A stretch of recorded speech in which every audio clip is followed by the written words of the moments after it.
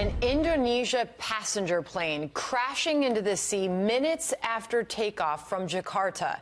All 189 people on board are now feared dead. Benjamin Hall's following this story from our London bureau this morning. Benjamin, what are we learning about what caused this plane to come down? Sandra, at this point, it really is still a mystery.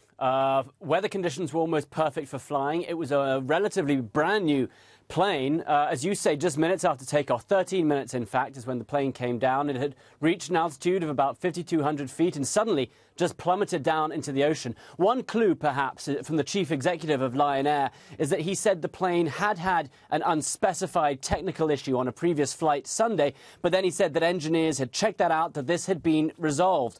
Flight JT610 took off from Jakarta at around 6:20 in the morning local time Monday for a short one-hour flight to Pangpang. It's a tin mining town just north.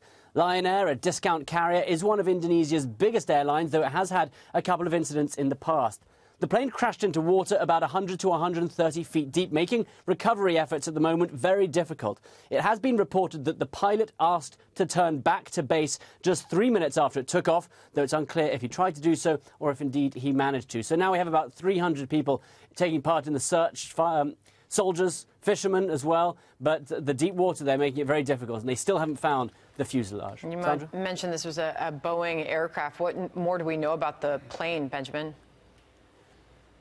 Boeing, as you said, almost brand new. They had taken delivery of it back in August. It had about 800 hours of flying time, which is relatively little for a new plane. The pilot was from India. He had 6,000 hours of flying time himself. His co-pilot, 5,000 hours. It was a 737 MAX. That's the updated version of the 737. They haven't been out that long. Today, though, what we saw was the people beginning to come together and mourn. Distraught friends and relatives praying and hugging as they waited for news at Pangal Airport and at one of the crisis centres which has been set up. That Indonesian authorities there are now saying, go to the morgue, please try to identify remains. And we're also hearing that the weather conditions are worsening, so the sea is getting rougher, and as it enters nighttime in Indonesia, it's going to get a lot harder to find the fuselage or any remains. They do say they don't expect to find anyone survived.